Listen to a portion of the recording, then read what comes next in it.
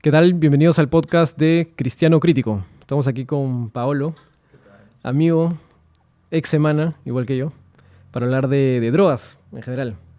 Así que, nada, oye, quería arrancar de lo que estábamos conversando ahorita hace un toque. Lo primero que se me venía a la mente es si tú consideras Primero, ¿qué consideras que es una droga? Porque hay gente que dice que la marihuana, por ejemplo, no es una droga. ¿Tú consideras que es una droga o no? A ver, ¿qué es una droga para la sociedad? Todo lo que está legalmente prohibido, pues, ¿no? Marihuana, cocaína, éxtasis, LSD, lo que quieras. Ya. ¿Qué es una droga en la realidad? Son cosas que te pueden generar un efecto químico en el organismo que te hace actuar de una manera distinta o Claro. tener una sensación distinta, ¿me entiendes? Yo nunca me he puesto a pensar si es que eso no es una droga. Este...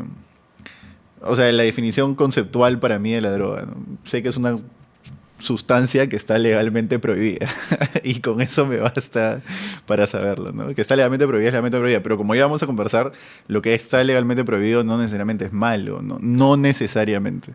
Y lo que está permitido tampoco no necesariamente es bueno. Así es. O sea, porque si hablamos de la definición legal de drogas, el alcohol podría caer perfectamente ahí, el tabaco, hasta el café. Yo conozco gente que toma 3 botellas de Coca-Cola al día y no puede vivir sin tomar 3 botellas de Coca-Cola al día.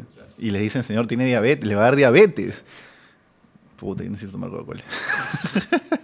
Claro, de hecho, el azúcar creo que tiene un índice, hay cierta medición de índice de adicción del azúcar mayor que incluso la cocaína, que incluso otras drogas mucho más Y fuertes. además te destruye, te hace mierda el cuerpo, ¿me entiendes? ¿Y tú, cada cuánto, en tu época, hoy, cada cuánto consumes marihuana? Y en tu época álgida, digamos, ¿cada cuánto consumías marihuana? Depende, ¿no? A ver, hubo un tiempo en el que me pegué.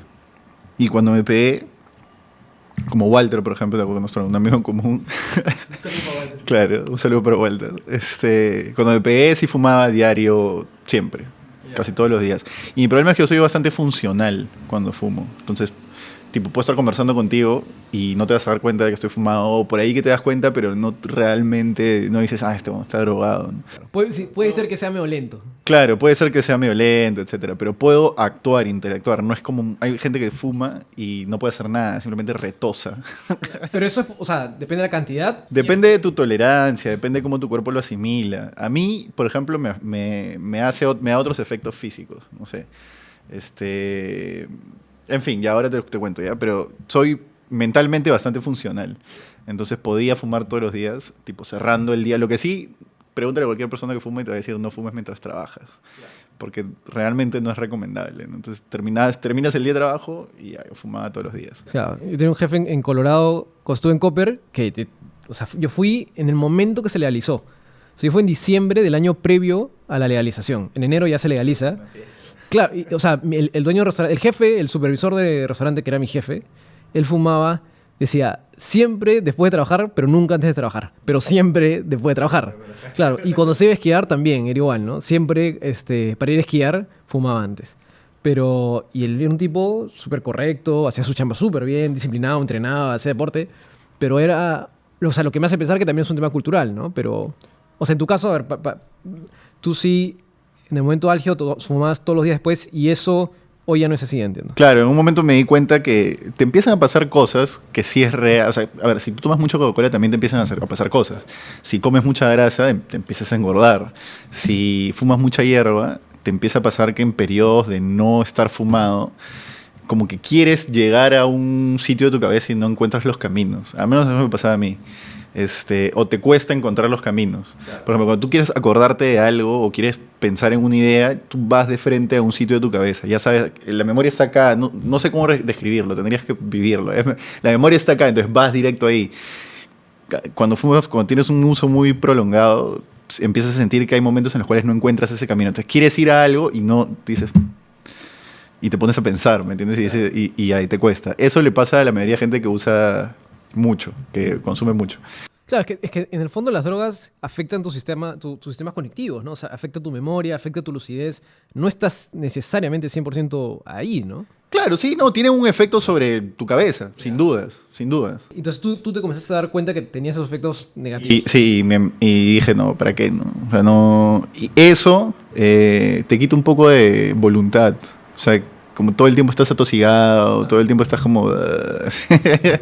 Entonces te das cuenta de eso y dices, bueno, no, hay que bajarle, ¿no? Y mi idea es poder fumarme un porro cuando quiera, una vez al mes, pero que no me genere un efecto. O sea, que el efecto se limite a ese momento que digo, oye, ya sabes qué, hoy día estoy tranquilo, un sábado en la tarde, quiero ver una peli o jugar Play, voy a fumar un porro y voy a jugar Play, me enteré y la paso bien, ¿me entiendes? O sea, sí le ves un efecto, un detrimento por la frecuencia, pero o sea, no, tú no consideras dejar de fumar al 100%. No, porque el detrimento ocurre con la frecuencia, como te digo, como ocurre con la frecuencia de un montón de otras cosas. O sea, cualquier cosa que tú consumas en exceso, decían mis viejos,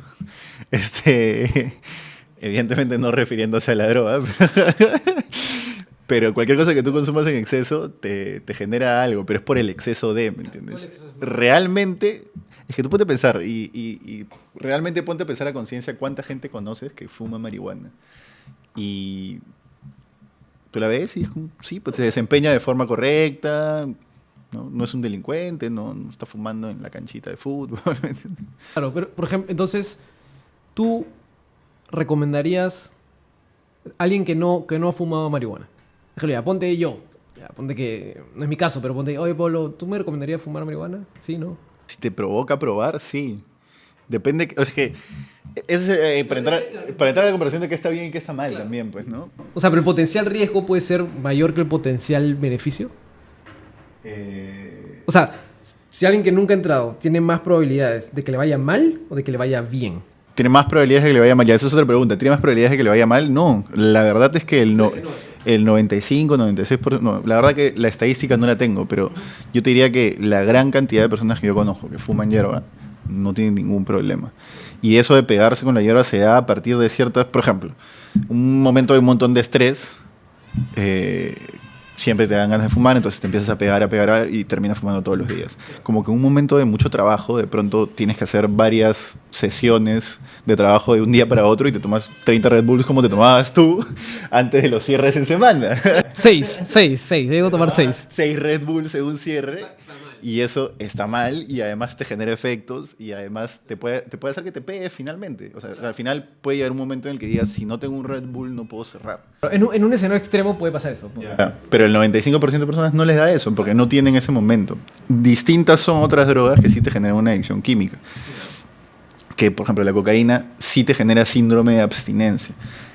A mí nunca, yo en un momento dije ya, a partir de ahora no quiero fumar tanto y nunca sentí, "Ay, necesito fumar, ¿me entiendes? Si no tengo un porro me voy a morir, que no sé qué, que no sé cuántos". Y para ponerlo en contexto, yo me empecé a pegar en la cuarentena. Porque a mí la cuarentena me agarró en un garaje de este tamaño, más o menos así, con cucarachas, con una ventana así de ese tamaño, que no entraba la luz del sol y sin darme cuenta, porque al principio tú no podías salir, pues, ¿no? Literalmente yo tenía que meter unos tomates en una bolsa para poder salir a una vuelta porque estaba prohibido, era una estupidez. Entonces en un momento te das cuenta y te empieza a afectar, eso te empieza a afectar emocionalmente, psicológicamente, etc. Entonces ahí me empecé a pegar. Y ya después eso pasó, etcétera, y en un momento dije, no, ya no quiero fumar. Y nunca tuve ese síndrome de abstinencia. No tienes un tema químico, ¿no? No es como la cocaína es lo que se rascan, ¿no? O la cafeína también, quizás, no sé. Sí. La química no la tengo clara. La verdad que no lo sé. Creo que la cafeína no, o sea, no altera. Lo que te hace, por ejemplo, rascarte, que es la típica, es porque altera tus tejidos. Sí, altera ciertos tejidos. No quiero decir lo que no es, pero sé que altera ciertos tejidos. Lo que no pasa con el tabaco, no pasa con la marihuana. La coca tengo entendido que sí. La cafeína no lo sé. Pero tengo entendido que con el tabaco, por ejemplo, no pasa. Es más mental. El tabaco, sí. Yo fumaba cigarros de tabaco, por ejemplo, durante 3, 4 años. Y esas sí me hacían daño. ¿Sí? Cada vez que fumaba sentía que mi cuerpo se ponía mal, me daba dolor de estómago. Leve, por eso seguía fumando, ¿no? Pero sí, y dejar de fumar sí me costó bastante más. O sea, dejar de fumar sí era tenía ganas de fumar y tenía que decirme, no, espérate un ratito, ¿me entiendes? No como nuestro amigo Roncal que tuvo que usar ¿cómo se llama ese? Vaporizador, etcétera, ¿no? Pero en mi caso yo no fumaba tanto, pero sí me costó. Sí fue oye, mira, de repente, no sé, de repente o sea, en un momento sí me senté y dije, me va a costar pensar en no fumar. Bueno, ahí lo dejé, ¿no? Pero ya no. ¿Y tú crees que entonces debería legalizarse? ¿Tú qué crees? ¿Tú crees que se debería legalizar? A ver, de hecho ahí yo, a ver, personalmente estoy en contra de los cristianos que creen que el Estado debe volver ilegal todo lo que consideran malo y deben legalizar todo lo que consideran bueno. O sea, en el cruce de moral y política, yo suelo ir más hacia ser liberal, porque yo, por ejemplo, puedo pensar que está mal drogarse, pero no por eso tengo que necesariamente prohibirte a ti que te drogues. Sobre todo porque, para mí, o sea, el Perú es legalmente un Estado laico. Si en la práctica tenemos todas las prácticas religiosas, yo creo que si vivimos en un Estado laico, la moral cristiana no tiene por qué imponerse sobre la moral de otro. Si viviésemos en un Estado cristiano, legalmente cristiano, ahí sí podría decir, ojo, tú vives en un país cristiano, tiene sentido, o es más, ¿cuál es la palabra? Correspondiente no es más, es coherente que el Estado se guíe por morales cristianas porque el país es legalmente constituido por un país cristiano. O un país musulmán, ponle otra religión. El país va a constituirse por la moral musulmán porque es un país musulmán. O sea, me es más coherente. Pero si el país es laico, digo, no necesariamente la moral de una religión tiene que imponerse sobre esa. Y en resumidas cuentas digo, hay algunas cosas que sí se podrían legalizar. Por ejemplo, la marihuana a mí no me hace particular, o sea, no tengo toda la evidencia en la cabeza, pero no me hace tanto ruido legalizarla. Porque tienes varios casos de éxito donde se ha legalizado y es relativamente controlado. Yo igual no lo voy a consumir, pero hay tanta data de que funciona bien con ciertos controles, quería, ¿por qué no? Eres un cristiano que piensa que se debe legalizar la marihuana. Ese es el titular de esa entrevista. No sé si se deba o no, o sea, yo creo que hay que debatirlo, a ver, creo que hay pros y contras. O sea, yo Pero estoy... mójate. No retrocedas en tu afirmación. creería que en el Perú, sí se debe legalizar, pero con ciertos candados. Ahora, O sea, no al 100% libre, porque Holanda no lo es. no, Eh, Uruguay tampoco. Uruguay tampoco. Colorado tengo entendido que sí, casi para todo, incluso recreacional creo que también. O sea, yo sí creo que se debe legalizar en cierta medida porque, o sea, sí, soy un cristiano que sí cree que se debe legalizar, pero con ciertos controles.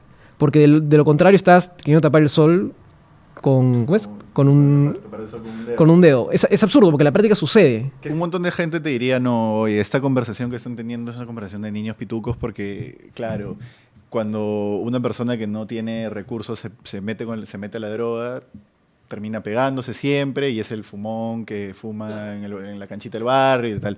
Y no es realmente así. No es realmente así. En este caso, bueno, ya existe así sea ilegal. O sea, para mí es eso, es esa persona que consume y se pega, hoy ya existe. Hoy ya existe y hoy ya lo hace al margen de la ley igual. Entonces, al legalizarlo, en realidad lo único que haces es tomar control de ese contexto. Que hoy no lo tomas porque es ilegal, ¿me entiendes? Entonces lo invisibilizas. Si tú quieres tomar control de algo como Estado, la única forma es... O sea, ¿cómo, por ejemplo, dices, ya, vamos a atacar este problema? Tienes que poner ciertas estructuras en el medio, tienes que armar un equipo, o sea, tiene que haber algo de eso, si no, solo lo eliminas y no tienes el problema. Una cosa importante, espérate, para terminar la idea anterior, ya que decía que te decía, no, esto es una cuestión de niños pitucos, y no es realmente así. Por ejemplo, una vez estuve en Ayacucho y me metí a la Universidad San Cristóbal y estaban jugando ahí pichanga unos jóvenes deportistas, y al final de pichanga se prendieron un porro y les dije, oye, yo pensé que acá no había llegado, ¿me entiendes? Que era una cosa más limeñita. No, acá todo el mundo fuma. O sea, es lo más normal del mundo, ¿no?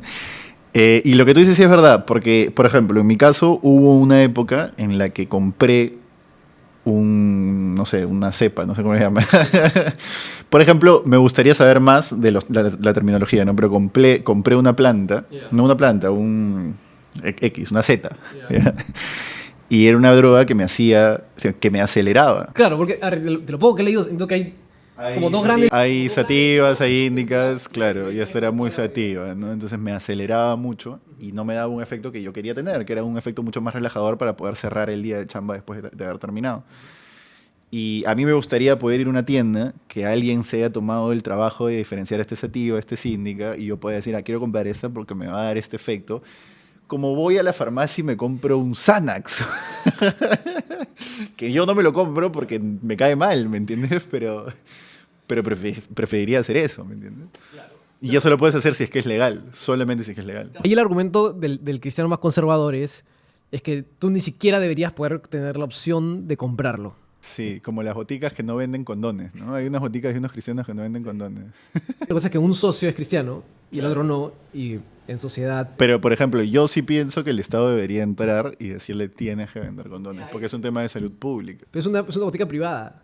que da un servicio de salud pública. Es como que claro que sí, es como que el colegio trainer decía que enseña en el curso de educación sexual. Tiene que ceñirse una currícula nacional. Hay parámetros mínimos, sí, sin duda. O sea, no puedes decir que la Tierra es el centro del sistema solar, por ejemplo. Eso no lo puedes decir. Ya. Yo creo que hay parámetros mínimos. Pero el hecho de que venda o no un producto que no es necesario para la vida, o sea, ¿por qué lo vas a obligar? El condón no es necesario para la vida, pero es necesario para evitar una vida que no quieres que nazca, ¿no? Pero lo que es que no es que hay un monopolio. O sea, está hablando de una botica que para todo esto tiene como 5% del share. Ahora sí, claro, sí, es verdad, es verdad.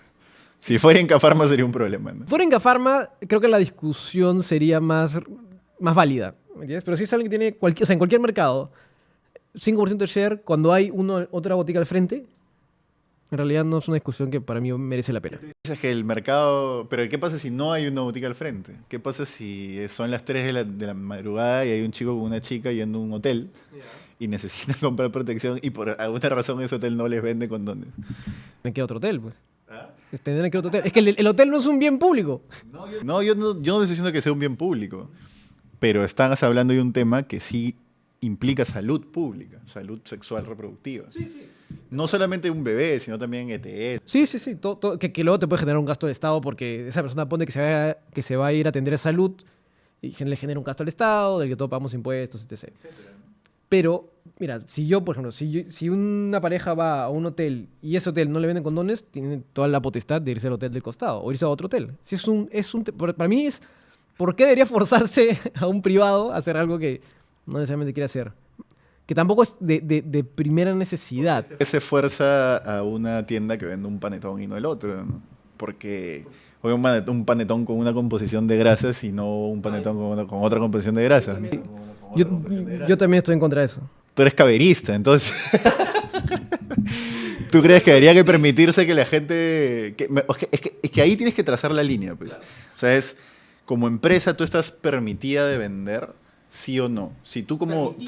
Exacto. Para mí, es que ahí es el tema, pues, porque... Por ejemplo, para trasladarlo al ejemplo de la droga, ¿no? En este caso de la marihuana. La cocaína es otra cosa. Limitamos a marihuana, que es más...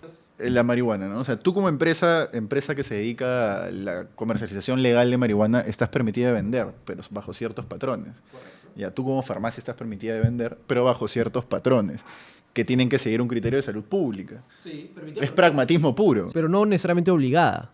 Pero ahí es el tema, pues. A la tienda que vende marihuana la vas a obligar a que venda una marihuana de cierta calidad, ¿me entiendes? No puede vender hachís, por ejemplo, me invento, lo que sea, ¿no? No puede vender una marihuana mezclada con otra cosa, por más que te aumente el efecto, lo que sea. Ya. Lo mismo deberías decirle a la botica, tienes que vender estos productos, porque estos productos siguen un criterio de salud pública.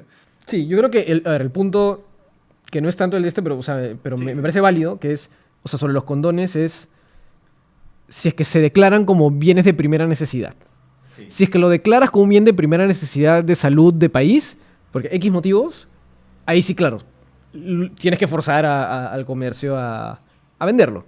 Claro, para mí no es un bien de primera necesidad. Y ahí está el debate, pues. De repente para ti no. Ahí es el debate, ¿no? O sea, si es como una mascarilla, no es como una mascarilla. Hay una pandemia en curso que no es solo la del COVID, sino la del VIH, ¿no? Entonces, ¿es una pandemia eso? Es una pandemia. Según creo recordar haberle leído a Mateo Prochaska, es una pandemia. No en Perú, en el mundo, a nivel global, ¿no? Es una pandemia de mucha más larga duración, digamos. Claro. Pero bueno, ya. Volviendo a las drogas. No me acuerdo cómo llegamos a este punto. De la legalidad o no. El Estado debería entrar a regular la venta de drogas, porque si no lo único que haces es que haya mucha gente consumiendo. Por ejemplo, en Argentina se consume, cuando yo fui, al menos era ilegal, y se consume una cosa que llaman el paraguayo, que es prensado. Y ellos hacen la broma de que ahí en el paraguayo hay orines de paraguayo, por eso llaman el paraguayo, orines de vaca, hierba del campo, y todo eso lo mezclan, lo prensan y te lo dan con un poquito de marihuana. Y si tú la fumas, de verdad no te hace efecto, te hace muy poco efecto, te haces bien suavecita. Si es que el Estado entra a regular la comercialización y venta, regular, no estoy diciendo que lo venda, estoy diciendo que lo regule, como regula la venta de alcohol y de cerveza. Probablemente sería una hierba de mucha mejor calidad, o al menos tú podrías decidir, voy a comprar esta, voy a comprar esta, voy a comprar esta. Claro, claro, hay dos puntos. El argumento de los que ya consumen, que sería mejor para ellos, que para mí es un argumento de repente secundario, pero no por eso menos importante. Y el otro es de que el más pragmático, que es el que yo más me inclino, es que puedes recaudar impuestos de eso y generas un montón de externalidades positivas de algo que ya sucede. O sea, es una falacia, y eso está demostrado, que la legalización incentiva el consumo. Eso no sucede usualmente. Entonces, si eso no sucede, es que hay gente que cree que sí. O sea, tío, yo he hablado con gente cristiana que dice, lo vas a legalizar y todos los chicos van a comenzar a fumar. Digo, no, porque si a mí me pones algo enfrente que es legal, no por eso me va a dar ganas de consumirlo, ¿me entiendes? Que van a empezar a fumar, ya fuman, probablemente, ¿me entiendes? Pero un cortito, por eso hago tanto énfasis en el hecho de que no es una cosa, o sea, no es los niños de la B que van y fuman hierba, no es así. La hierba la fuman en el A, en el B, en el C, en el D, en el E. Solamente que en el E, en el D, en el C es mucho más tabú, y en el A, en el B ya no es tan tabú, porque tienes a un soncito como Daniel Olivares saliendo a hacer campaña política del tema, ¿no? Pero eso es otro tema. Pero para ti, el beneficio de legalizarlo para el D, E, D y C, ¿cuál es? Que tengas más información, que ellos tengan más información. No, o sea, no me he puesto a pensar específicamente para el... Pero, por ejemplo, esa podría ser una D, ¿no? O sea, no tener que... Por ejemplo, ir quitándole poco a poco el estigma de una persona que en un momento fuma un porro. Ah, este hombre es fumón, seguro paras con tus amigos los fumones, que son pandilleros. Eso no es realmente así, ¿me entiendes? O sea, el pandillero no es pandillero porque fume hierba. Es un pandillero que fuma hierba. Es un pandillero que fuma hierba y la mayoría de veces no es fumón, consume otras cosas. Claro, yo lo veo más por el lado pragmático. O sea, que te digo de repente por cercanía porque lo vi en Colorado. Y lo vi luego con números. Me acuerdo que en el Financial Times salió que Colorado tenía un problema de recaudación de impuestos, como lo tenemos acá, previo a la legalización de marihuana, post toda la industria que se desarrolló a raíz de eso, que eran básicamente cosas que ya medio existían, pero al legalizarlo cobras impuestos y cobras un montón de impuestos. Y te vuelves y como Estado, comienzas a recaudar mucho más. O sea, y no vas a afectar el comportamiento. O sea, el hecho de que yo tenga cierta moral y que yo nunca vaya a fumar marihuana no implica que no crea que pueda ser de beneficio y que genere externalidades positivas de un comportamiento que sobre todo ya sucede. O sea, es algo que ya sucede, no estás cambiando el comportamiento. Claro, y mucha gente te dice, no, pues claro, pero ya suceden los robos, ya suceden las violaciones, entonces legalicemos los robos, No, pues porque estás robando le afectas el derecho a otra persona, ¿me entiendes? Si tú decides fumarte un porro no afectas realmente a nadie. Y aquí voy a ponerme en el rol de abogado del diablo, de las externalidades negativas, ¿no? Porque ese es otro debate, es cuáles son las externalidades negativas de uno o de otro, ¿no? Por ejemplo, tú antes me dijiste, oye, no voy a fumar porque de ahí tengo que manejar, y eso es irresponsable, y no voy a manejar habiendo fumado antes. Una decisión personal, por ejemplo, es yo nunca voy a fumar y manejar, nunca. Ya, perfecto. Esa es una decisión personal. Si lo legalizas, ¿no aumentas el riesgo de que eso suceda? Ya, pero es que... Ya, ese es el argumento que yo venía pensando, por ejemplo, en el camino acá, que es... Sí, probablemente aumente ese riesgo en tanto hay una sustancia más disponible legalmente para la gente. ¿Ya? Pero primer argumento contra eso es que ya dijimos que el que fuma igual fuma, sea legal o ilegal, y probablemente... Pero de repente ahora se siente más... Usarle el abogado del diablo, ¿eh? De repente ahora se siente más libre de hacerlo. Y te dice... O sea, antes tenía menos oportunidades, ahora tiene más libertad, y por lo tanto puede generar mayores potenciales externalidades negativas. Ese es el argumento del que cree que vivimos en una sociedad perfecta, ¿no? Porque igual hoy te sientes libre de tomar y venir en tu carro y todo el mundo lo hace. Es increíble la cantidad de gente que yo he visto tomarse 3 tragos que claramente pasan el límite permitido de alcohol. No está borracho, pero claramente si le hacen un dosaje etílico lo meten a la cárcel. Y se pone y se va manejando a su casa. Entonces no vivimos en una sociedad perfecta. Vivimos en una sociedad en la cual hay que valorar y ponderar externalidades positivas y externalidades negativas. Ya tú dijiste algunas de las positivas, ¿no? Recaudación, etc. Pero también hay uso recreativo, ¿no? ¿Por qué la gente fuma? ¿Por qué la gente toma? Porque quiere pasarla bien, ¿no? ¿Pero eso es argumento suficiente como para legalizar algo? Y a veces es la moral, ¿no? Es la moral. No, esa es la moral, sin duda. Es el argumento moralista. Hay que pasarla bien, ¿no? Porque la verdad es que la naturaleza humana te impele siempre a querer pasarla bien. Sí. Hay un documental en Netflix que se llama Prohibition, que mira lo que es como cómo Estados Unidos se equivocó en toda esta etapa de la prohibición. Es el ejemplo que siempre citan los liberales para poder legalizar sustancias, ¿no?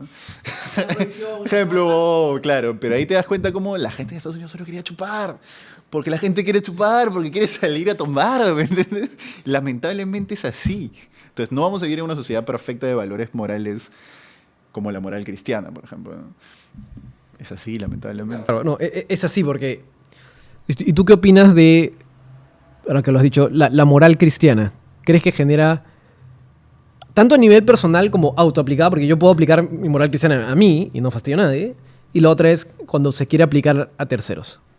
Hay un tema, ¿no? Que es, sí hay una utilidad en tener un conjunto de normas morales que te ayudan a ti como persona y a la otra persona también a funcionar, porque si los dos se rigen bajo las mismas normas, la sociedad está más o menos ordenada y camina hacia un objetivo, pues, ¿no? Porque las normas te llevan hacia algo, no sé, pues nadie puede trabajar los domingos, entonces...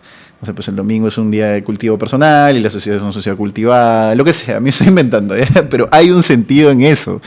El tema es que no ya el mundo ha evolucionado a cierto punto en democracias liberales que la gente no piensa igual, pues entonces yo no tengo la misma moral que tú, ¿me entiendes?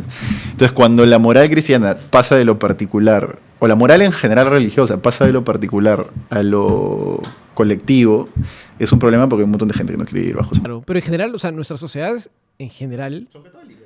están guiadas por morales cristianas. O sea, muchas de las leyes, cuando tú las observas, están escritas tipo en la Biblia y se practicaban desde hace siglos y parten de ahí, incluso cuando las comparas con leyes de esas mismas sociedades, de esos mismos siglos. Entonces, claro, ¿dónde está la línea? ¿No? Es un poco difícil.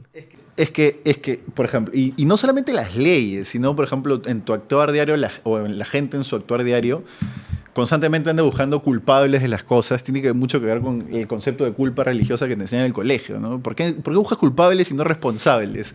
¿Por qué tienes que latigarte? La cagué, soy una porquería. ¿Por qué? ¿Me entiendes? No, hazte responsable y asume tu responsabilidad sobre lo que has hecho, ¿no? Y eso yo lo... La culpa católica, la culpa católica. Eso yo lo relaciono mucho con la educación católica que yo también tuve, por ejemplo, ¿no? Entonces, ¿somos una sociedad mayoritariamente católica y cristiana? Sí. ¿Y hay que respetar eso de la gente? Sí. Pero eso no significa que esa moral tenga que ser universal a toda la sociedad, ¿me entiendes? Y no significa que tenga que ser universal a toda la sociedad porque hay un montón de gente cuyo proyecto personal no se rige bajo esas normas. Sí, y claro, porque ahí el argumento cristiano, no sé si lo sabes, o sea, ¿por qué los cristianos? Porque totalmente vale la pregunta, ¿no? ¿Por qué un cristiano no fuma o no debe embriagarse? Todo, ¿No toman alcohol? Está prohibido el alcohol. Hay debate cristiano sobre eso, de hecho.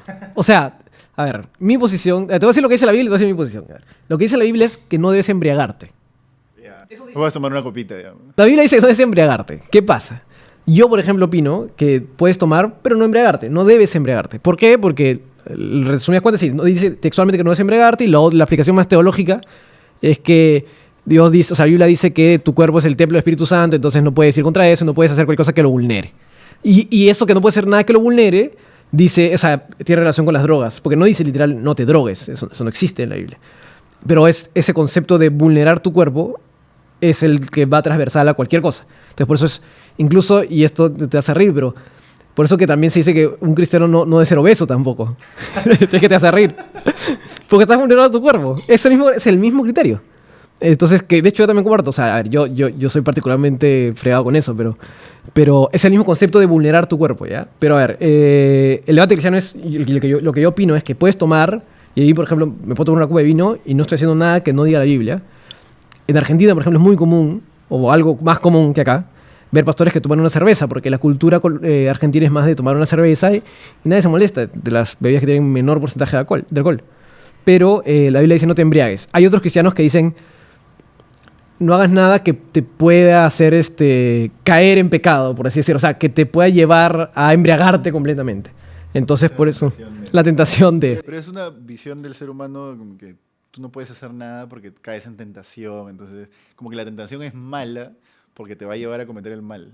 Pero es decir, un montón de cosas en la vida se rigen bajo el poder de la tentación, ¿no? El solo hecho de enamorarse tiene un componente, por ejemplo, de tentación. Sí, sí. O sea, de hecho, a ver, lo que dice la Biblia sobre eso es que la tentación es algo que se usa para fortalecer tu moral cristiana, si lo quieres poner de otra forma. Como para que luego no caigas no caigas tan fácilmente. Y que cada uno es tentado de acuerdo a tu propia concupiscencia, de acuerdo a tu propia debilidad.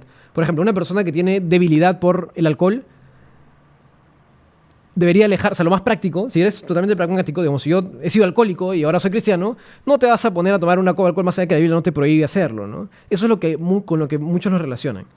Pero yo estoy en contra del hermetismo que algunos hacen, que se ve sobre todo en el mundo católico. Yo soy totalmente sesgado, pero ese hermetismo de, ok, entonces no voy a hacer nada y voy a vivir totalmente hermético porque si no puedo pecar, ¿me entiendes? Exacto. La vida no es así. Exacto. Y si piqué, culpa, mucha culpa. Soy una basura. Claro.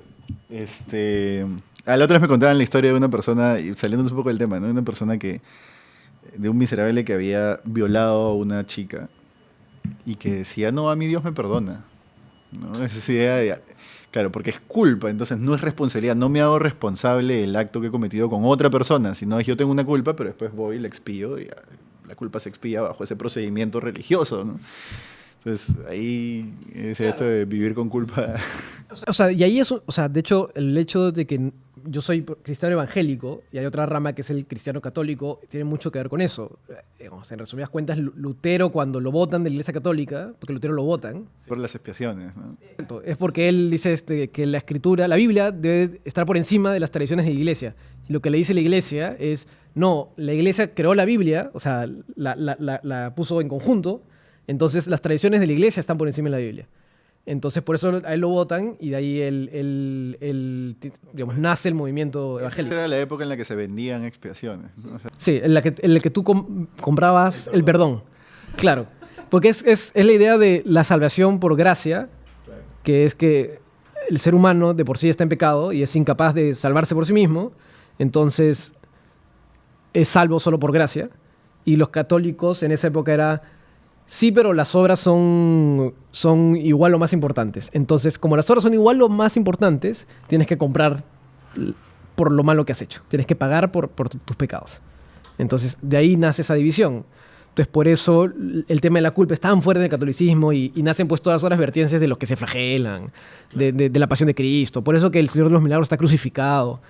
Los cristianos estamos en contra de eso, ¿no? Porque ¿para qué tienes una imagen de Jesús crucificada? No tiene sentido. Es absurdo. Sí, o sea, por eso los evangélicos no tenemos santos, porque somos muy, y yo particularmente, bueno, y ya por mi iglesia en particular, somos más pegados a la Biblia. Si algo no está en la Biblia, es sujeto de debate. La iglesia católica es más de tradiciones, porque tiene también más tradiciones, viene de antes, ¿no? Sí, entonces es un poco eso y la culpa entra por ahí, ¿no? Hay un tema, ya volviendo al tema de la droga, ¿no? Que es importante decirlo, ¿no? Que yo te decía, no es una discusión de blanquitos, ¿ya? No es una discusión de blanquitos, ¿ya?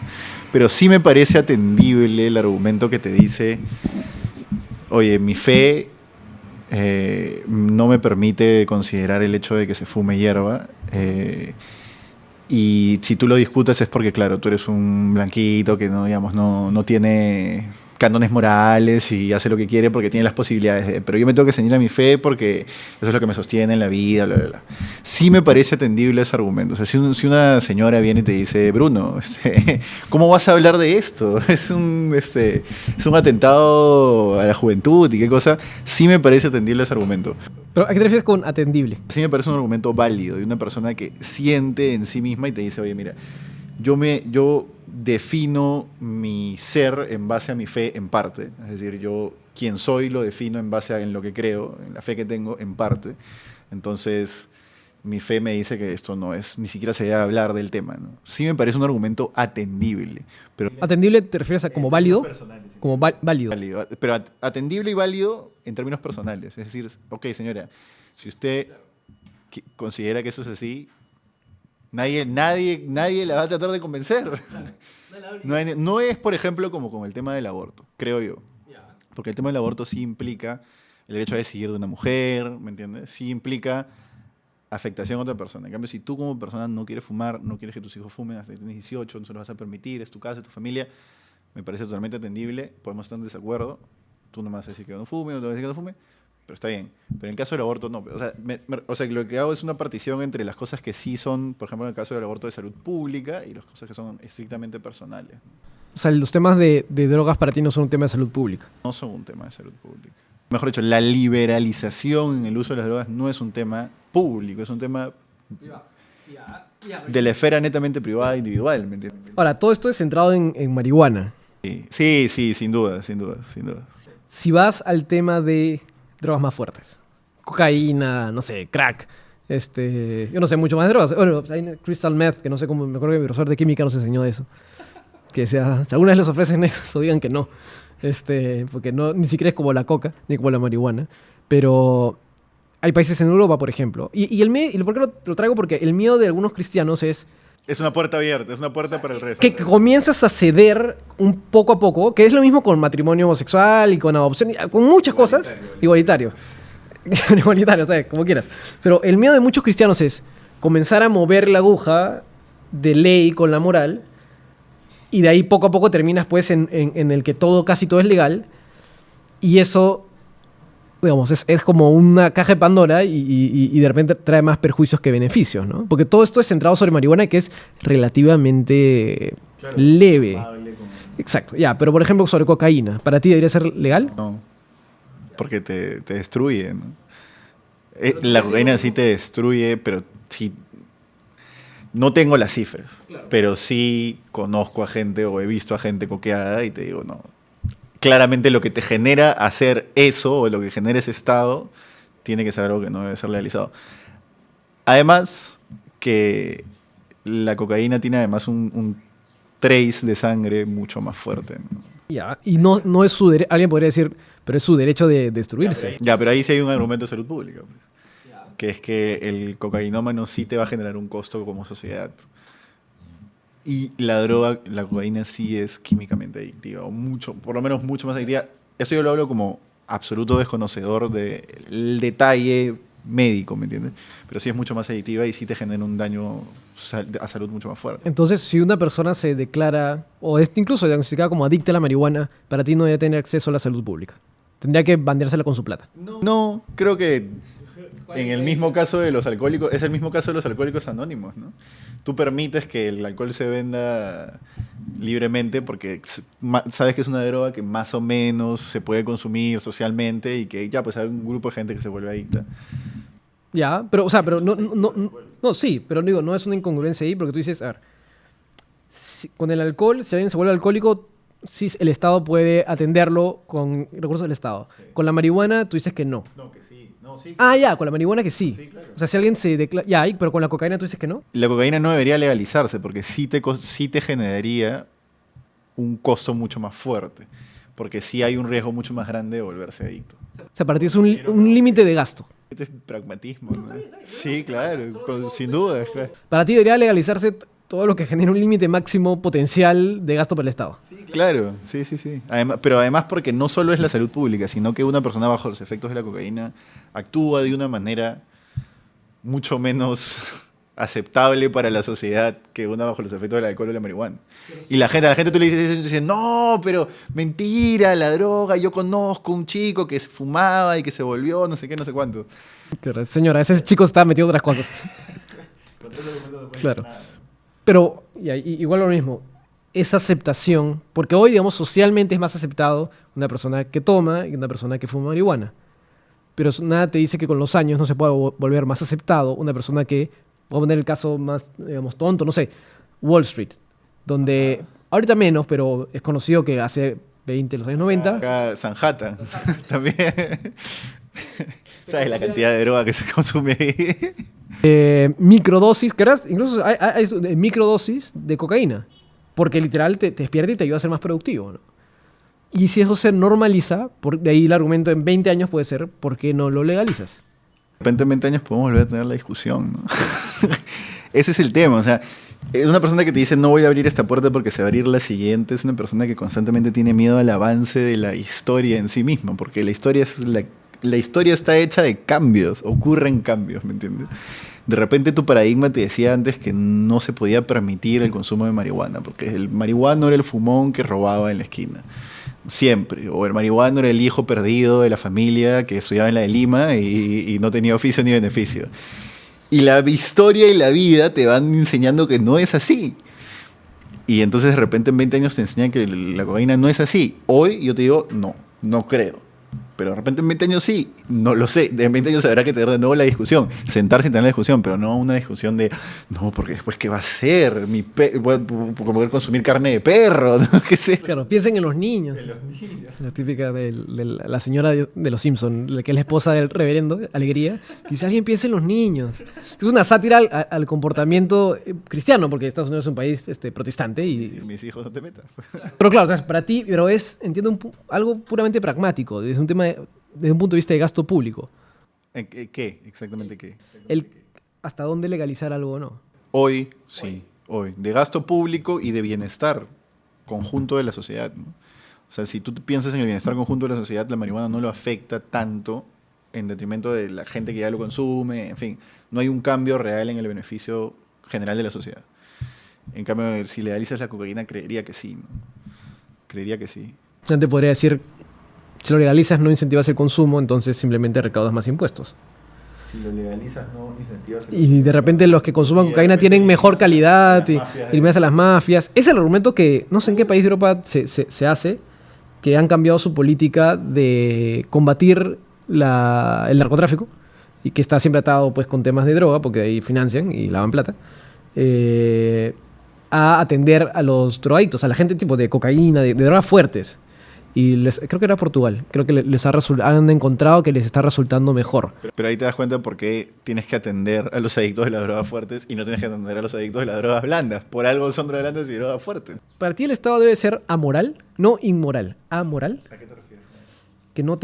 Que no establezca leyes de acuerdo a una moral predeterminada. No una moral cristiana, no, simplemente ser 100% pragmático. Mira, esto es lo que está pasando, gestionémoslo de la mejor forma para maximizar la utilidad. El bienestar social, no plata necesariamente. No, porque eso puede llevar también a excesos, ¿no?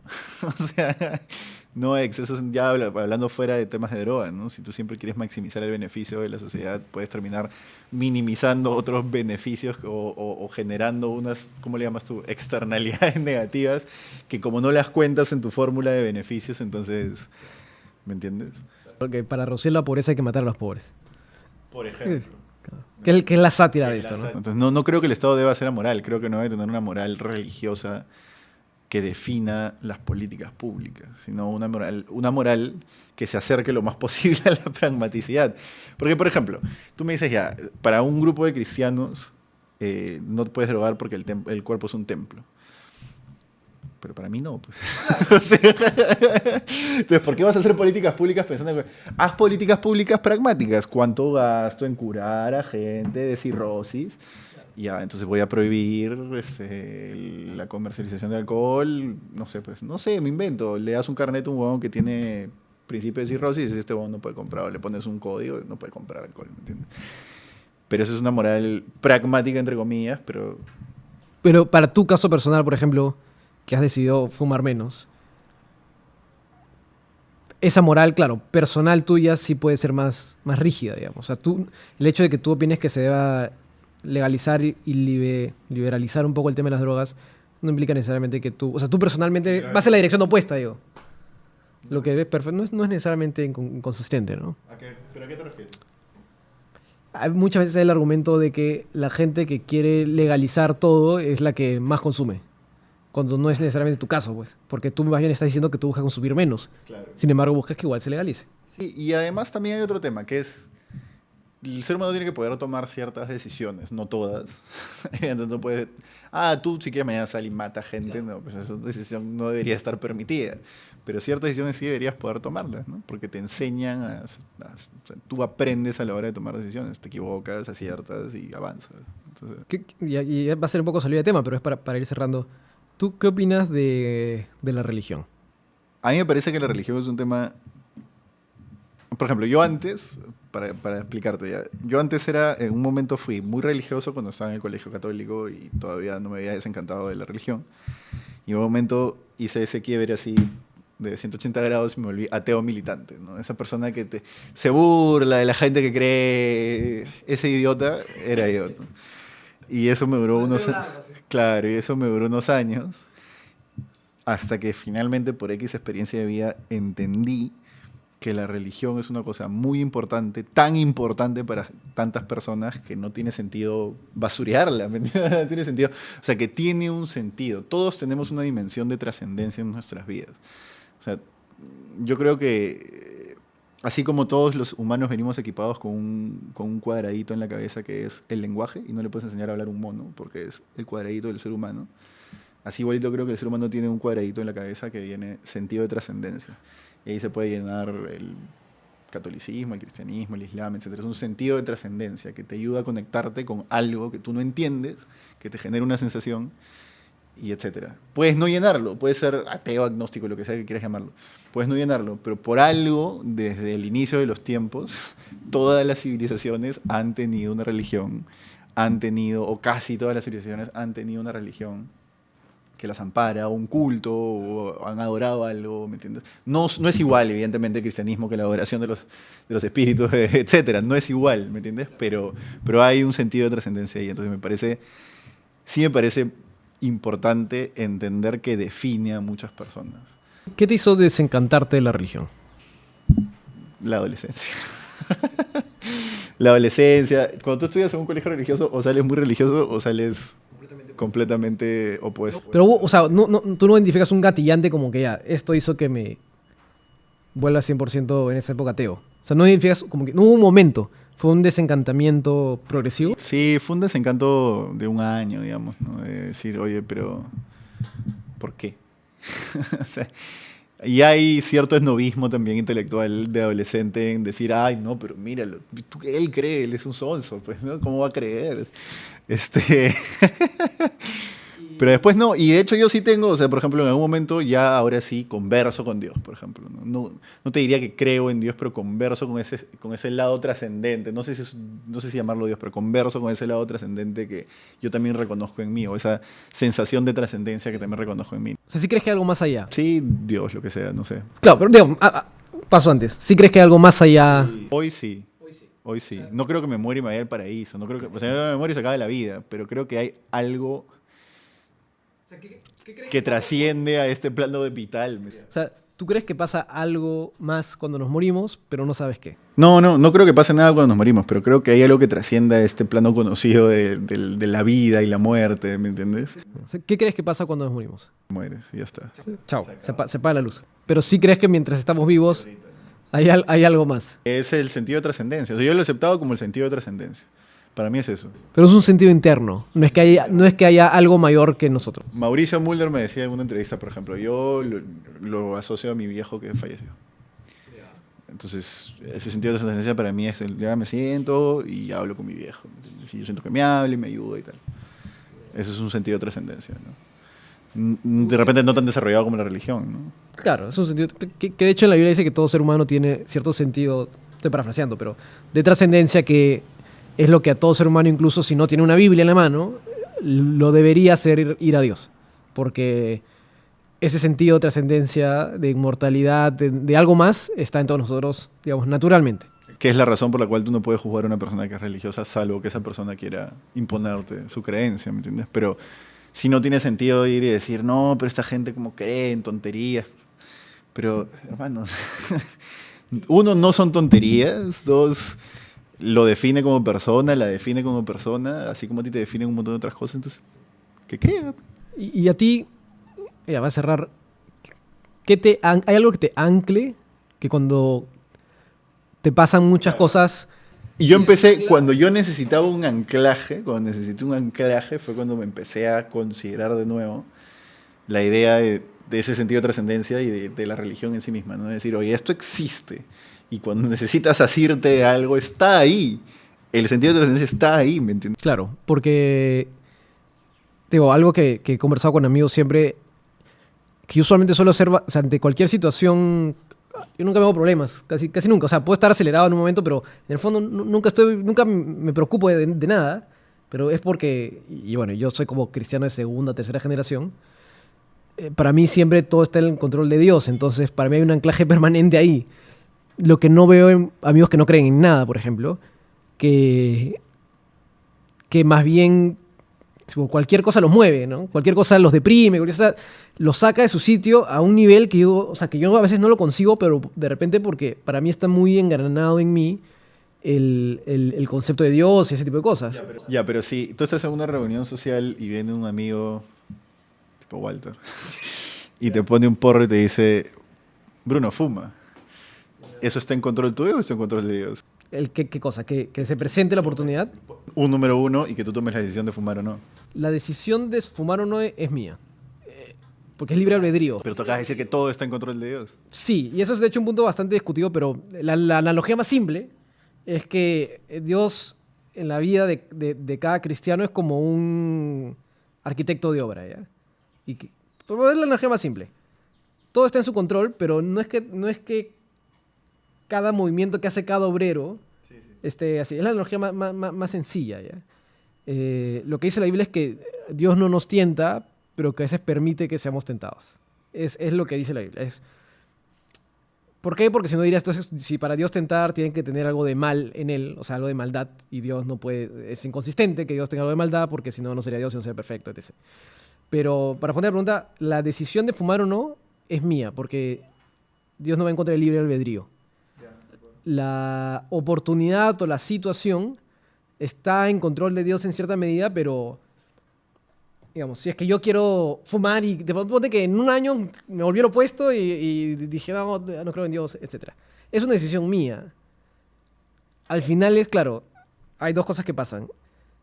Si en 20 años yo regreso y digo, no, todo esto fue parte del plan de Dios, al final nadie sabe, o sea, solo se puede decir que Dios lo puede saber. O lo otro que se cuestionan algunos es si en algún momento yo realmente fui cristiano o no. Porque hay otras cosas, hay otras partes de la Biblia donde se dice que va a haber gente que va a estar siempre, que puede estar metida mucho tiempo, pero si al final se aleja, es porque en realidad nunca lo fue. Pero eso es pensar que el cristiano es una especie de persona mejor, ¿no? No. O sea, lo que voy es que si yo soy... A ver, algo que caracteriza al cristiano es ciertas clases de su conducta. No puedes tener un cristiano, para poner un ejemplo extremo, asesino, por ejemplo. No tendría sentido. ¿Cierto? Ya. Entonces, si ves a una persona que dice ser cristiana y que es un asesino en serie, tú puedes con cierta normalidad decir, esta persona no es cristiana realmente.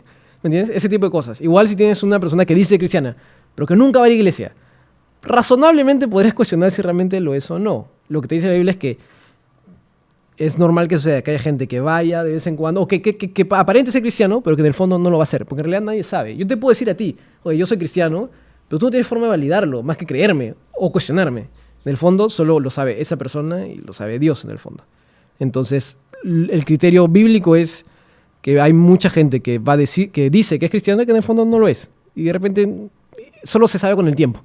Si en el tiempo tú te das cuenta que siempre se condujo de cierto punto en adelante de su vida como una persona cristiana, entonces probablemente lo sea. Pero nunca sabes a ciencia cierta, ¿no? ¿Y qué pasa si tú, por X cosas de la vida, te pasó una desgracia, qué sé yo, decides y dices, voy a fumar? Y fumas. Y después llegas a tu casa y dices, ¿qué he hecho? No, esto no va con mis principios. Es un pecado como cualquier otro. Es un pecado y te arrepientes, pides perdón porque sabes que es algo que te has dado cuenta de que no deberías hacer y ya está. ¿Pero de qué te arrepientes? De haber fumado porque has hecho algo que va en contra de lo que Dios dice. O sea, te arrepientes de haber faltado al mandamiento. No al mandamiento, a la... moral, lo que quieras ponerle. Pero cuando dices va en contra de lo que Dios dice, es haber faltado a la voluntad de Dios, una cosa así. Una cosa así, sí. O sea, la salvación no se pierde. Ya, eso es un criterio bíblico, por ejemplo. Hay gente que cree que porque hace mucho mal, que está en debate cristiano, ¿sabes? Hay gente que, o sea, en realidad la salvación no se pierde, eso lo dice la Biblia. Entonces, que hay mucho, es una crítica también, que entonces tú digamos, crees en Jesús, en Dios, haces todo normal que quieres y como no se pierde, ya, pues, como amparo me salvo, ¿no? Que es lo que te decía hace un ratito, ¿no? Yo violé a una chica y después Dios me perdona, ¿no? Sí, ya, y eso es una crítica, para cerrar tu pregunta, si ponte, yo mañana fumo y digo, pucha, esto está mal, me arrepiento de haberlo hecho, o sea, el pecado está en la acción, ahí se concreta el pecado. Entonces, hay algunas cosas para las que involucra el pensamiento, pero ya, digamos que para fines prácticos está en la acción. Si tú te arrepientes, digamos, Dios te perdone y ya está. Pero no por eso pierdes tu salvación, simplemente que has hecho algo que tú sabes en el fondo que no deberías hacer porque la Biblia y Dios te dice que no lo hagas porque no es conveniente para tu vida. Digamos que ese es el criterio general.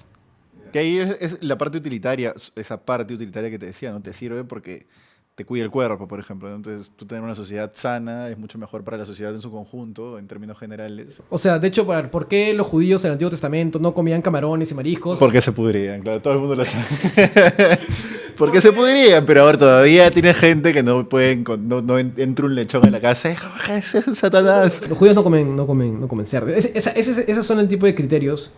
Y lo de las salvaciones, que entiendo por qué la gente lo critica, ¿eh? Lo entiendo perfectamente. Tienes un asesino que ha matado a un violador así, confeso, que no sé, en el último momento de su vida dice, no, yo tengo mi vida, como hay comedias de esto, ¿no? No sé, el Rick and Morty, sale que el Rick se va a morir y dice, Dios, Jesús, creo en ti, y al final se salva y dice, jaja, fuck you God, y ya está. Pero, o sea, y ahí es el criterio de, digamos, de Dios, que es una persona que lo puede cuestionar, sí, pero es que la soberanía de la salvación depende de él, ¿no? O sea, digamos que uno puede, sí, si te arrepientes efectivamente hasta el último aliento que tengas, y eres perdonado y eres salvo, ¿no? Ya, y la última pregunta, ¿qué opina ¿qué opina el cuerpo de ¿cómo le llaman? El cuerpo de mandatos cristianos, el cuerpo de no le voy a decir la Biblia porque ya, el cuerpo de mandatos cristianos sobre consumir drogas como, por ejemplo, no sé, pues pastillas anticonceptivas, no necesariamente, por ejemplo,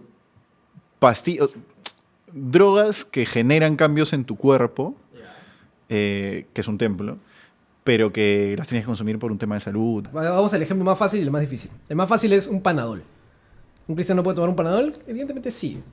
Hay radicales que, tipo, en internet te encuentras de todo, ¿no? Que te va a decir, no, la medicina, no, tipo, Dios me va a salvar, entonces no va a tomar nada.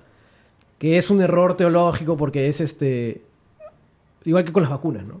¿Por qué hay cristianos, por ejemplo, que se quieren vacunar? Por eso. Sí. Porque dice, si Dios me va a sanar, entonces, ¿por qué voy a consumir la vacuna, no? Dios me va a cuidar, entonces no tengo que tomar la vacuna.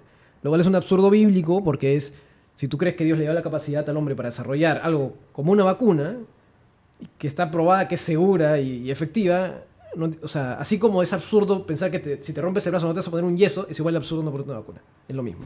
¿Ya? Y sobre las pastillas anticonceptivas, la mayoría de cristianos, yo me incluyo en eso, no tiene ningún problema con las pastillas anticonceptivas, porque la concepción del ser humano, no, lo he dicho mal, la vida se crea en la concepción. La pastilla anticonceptiva es previo a eso. Por eso que la mayoría te va a decir que no. Si buscas en internet, seguramente va a haber gente que va a estar en contra, sin duda. Pero la mayoría te va a decir no, porque en la Biblia se establece desde la concepción. Ya, pero ahí está la diferencia que te explicaba, ¿no? Pero por eso sí están en contra, por ejemplo, del aborto, porque ya es un concebido que tiene vida, es una vida, ya. Ya, pero ese argumento sí no me parece tendible para la discusión pública, porque le estás quitando derechos a una persona. Pero también están matando una vida, pues. Hay una discusión ahí sobre si es que consideras o no consideras vida un feto, bla, bla, bla. Yo creo que para el aborto esa es la discusión final que nadie se atreve a tener. Nadie se atreve a sentarte y decirte, no, pues la vida es el cúmulo de experiencias que tú tienes en la interacción con el mundo, bla, bla, bla. Hay un feto de 12 semanas, pero un feto de 12 semanas también, o sea, es un cúmulo de células formándose en el vientre, ¿no? Claro, nadie se atreve a tener esa discusión, ¿no? Yo lo he visto, pero en otros países, en Perú nunca. Pero verlo en la siguiente y hablamos del aborto, pero la discusión fundamental, por ejemplo, y está en Estados Unidos, hay un blog en Estados Unidos que se llama Stand to Reason, que es un patín cristiano que habla de apologética, que es la defensa de la fe. Y él, por ejemplo, sí tuvo un debate sobre el aborto, y los dos coincidían que la pregunta fundamental es ¿qué es un ser humano? El ser humano es desde el momento que es concepción, ya es un ser humano, porque a ver, nosotros matamos vacas, matamos patos, matamos un montón de cosas. Y nadie tiene ningún problema con matarlas. El tema es que estamos en contra de matar a un ser humano. Entonces, ¿qué es un ser humano? Es cuando nace, cuando se concibe, cuando es un ser humano, y los criterios suelen ser varios. Uno es, los pro abortos suelen mencionar los criterios de dependencia, que si tú, por ejemplo, desconectas el feto se muere. Entonces no es un ser humano porque no es independiente. Los cristianos decimos, no, pues ojo, o sea, el hecho de que los conectes, hay muchas cosas, otras cosas que son dependientes de nosotras que igual se morirían y no por eso las vamos a matar. Hay otro tema de accionabilidad. No es lo mismo decir que es aborto porque lo perdiste que tú accionar sobre la vida. Sí, sí, sí. Hay un montón de argumentos así, pero el argumento central es que es un ser humano. Esa es la discusión final sobre el aborto, ¿ya? Pero ya, digamos que ya nos omitimos esa discusión y yo creo que sí, que el feto no es un ser humano. Entonces, no me parece un argumento atendible decir desde la religión, desde mi fe, tenemos que prohibir, o desde mi fe, mi hija no puede abortar. Por más que sea un tema privado de la familia, no es un tema privado, pues es un tema de salud pública. Mi hija sí puede abortar porque en el tema de salud pública debería estar permitido para todos el aborto libre. Pero si defines que es un ser humano, entonces claro, ella no, pues porque es un asesinato. Ya, claro, por eso, digo, obviando la discusión, digamos que definimos que no es un ser humano. Y digamos que definimos que la droga no es necesariamente tan dañina. Sí me parece un argumento tendible que una persona te diga, un señor te diga, no debes fumar, hijo Bruno de 18 años, porque yo considero que no. Eso sí me parece tendible. No me parece tendible que te diga, Bruna, tú no puedes abortar. No, eso sí no me parece tendible, ¿me entiendes? Ahí, para entender esa diferenciación. Pero si tienen menos de 18... Lo mismo, exactamente lo mismo, porque es un tema de salud pública y de derechos personales. Pero un menor de edad no tiene plena potestad sobre sí mismo, pues. Sí, pero un menor de edad puede decidir un montón de cosas a lo largo de su vida, ¿no? A los 15, 14, a partir de los 14. Obviamente desde una niña de 10 años. Pero, por ejemplo, es que ahí está el argumento de en qué momento, ¿no? O sea, si como sociedad hemos establecido que el momento en el que tú puedes tener plena potestad de tus derechos es a los 18. Y tú no tenías ninguna potestad sobre tus derechos antes de los 18. Sí, de hecho, pleno. O sea, tienes plena potestad sobre ti. Plena. Puedes hacer lo que te dé la gana y no te puedes decir nada legalmente a los 18. ¿Cierto? Antes de eso, puedes hacer ciertas cosas, sin duda. Pero no todas. O sea, una decisión tan importante como acabar con una vida... No, es que ahí vamos de nuevo, omitamos esa discusión. Claro, es que dependería como que la califiques, pues. Sí. Ahí está la dimensión que no sabemos y eso es lo que determina cómo tratas el tema. Sí, sin dudas. Y nadie se atreve a tener esa discusión. Alguien debería atreverse a plantear esa discusión, porque ni siquiera las ONGs pro aborto, nadie te hablan del derecho de la mujer, que me parece importantísimo, te hablan de mujeres violadas que deben abortar y me parece importantísimo, te hablan de un montón de temas, pero no te hablan de esa discusión final, que es la discusión con la que vas a convencer eventualmente. En Perú no la vas a tener en el Congreso, mucho menos, pues. No. Mucho menos. Pero aquí de repente va la próxima. La recomendación a los jóvenes. No, fuera de vainas, ¿tú recomendarías a alguien de 16 años? No. Yo empecé a fumar a los 22, 23. ¿Te pareció una buena decisión? A los 22, 23 me pareció una decisión como que decidí emborracharme. Yo, por ejemplo, mi primera borrachera fue a los 14 años. Ah, sí me contaste, que te fueron a rescatar del hospital tus papás. Fue una mala decisión, claramente, ¿no? Entonces, claramente a esa edad no deberías tomar la decisión de consumir algo que te puede afectar tan fuertemente la cabeza, ¿no? Pero sí a los 20, 21, 22. Pero es porque lo que decíamos al principio, porque te genera un efecto. ¿Te genera un efecto? Sí te genera un efecto, sin duda. Eso nadie te lo puede negar. No es comerse un caramelo de limón, pero no es meterse un tiro de coca. O sea, hay que poder ver distinciones, ¿me entiendes? El diablo está en los detalles, o sea, hay que ver los grises, hay que ver, no todo es blanco y negro. Y a la gente, y tú me dices, ¿recomendarías? No sé, que la gente haga lo que quiera. Ya si tienes 22 años puedes hacer lo que... Mi recomendación es a la gente que haga lo que quiera, ¿no? Realmente. Lo que consideres personalmente que es lo que debes hacer, ¿no? Lo otro que sí terminaría diciendo es que hay dos cosas que yo a cierta edad descubrí que la gente piensa que no ocurren y ocurren. Y las dos, una es bien dolorosa y la otra es fumar hierba. A una edad yo descubrí que todo el mundo, el que menos se fumaba un porro. Yo nunca he fumado. Tú no, por ejemplo, pero el que menos como un brownie.